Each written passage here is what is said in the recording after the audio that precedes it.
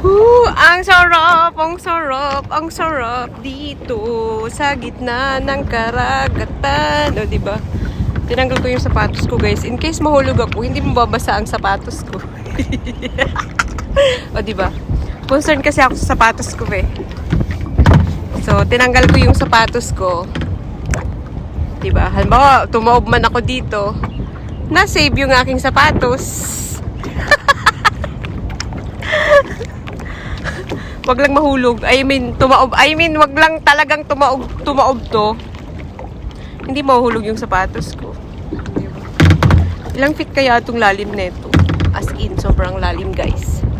O, diba? Napagod na akong magsaguan. So, pahinga muna. Para akong nagda-dance dito. Ang sarap. Parang ang sarap matulog dito, guys. Total, naka-unlit time naman ako.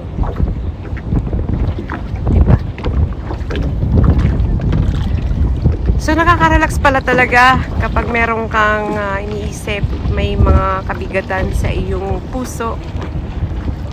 Hindi ko alam, bigla na lang kasing nadating yung time na ganun sa akin. Nagsimula ito nung ako'y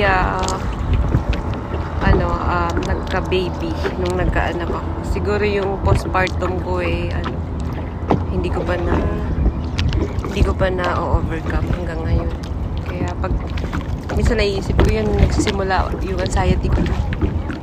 Pero, care naman. Sana mawala talaga na siya. Kasi tuluyan na siya mawala sa buhay ko. Minsan kasi, pagka sinusumpong ako ng ganun, minsan 3 days, wala akong tulog. Minsan, isang linggo, ganun. Lutang ako. Parang natatakot ako na hindi ko alam kung bakit. Hindi ko lang bata ako natatakot at kung saan ako natatakot, ganun. Tapos pinagpapawisan ako ng malamig, butil-butil, ganun.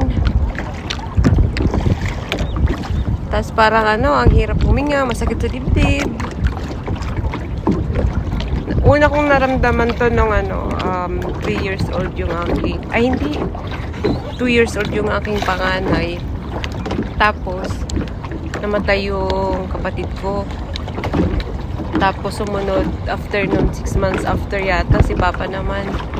Parang sunod-sunod yung sunod-sunod yung mga nangyari sa pamilya namin. Kaya, yun. Siguro doon nagsimula. Hindi ko nga alam kung paano ko nalampasan yun. Ilang linggo akong walang tulog. Basta hindi ko alam, guys.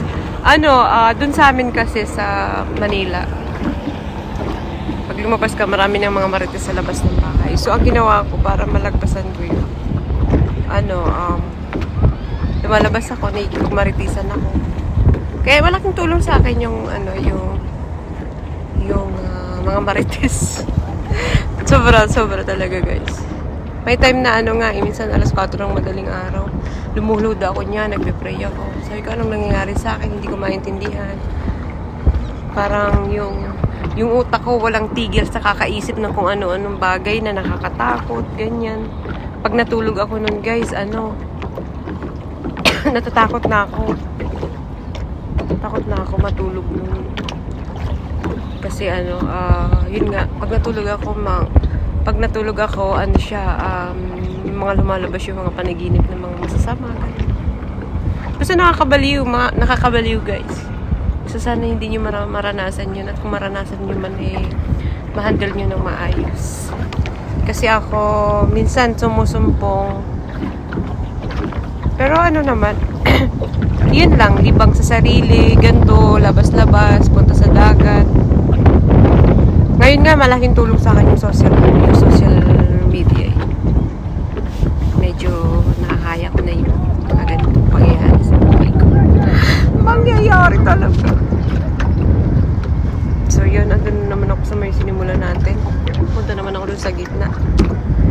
So, yun lang, guys, na-share ko lang. Kasi, diba, kailangan din na makatulong tayo sa kapwa natin na mga ganito yung mga nararanasan. So yun lang, wait lang, at pupunta ako sa gitna.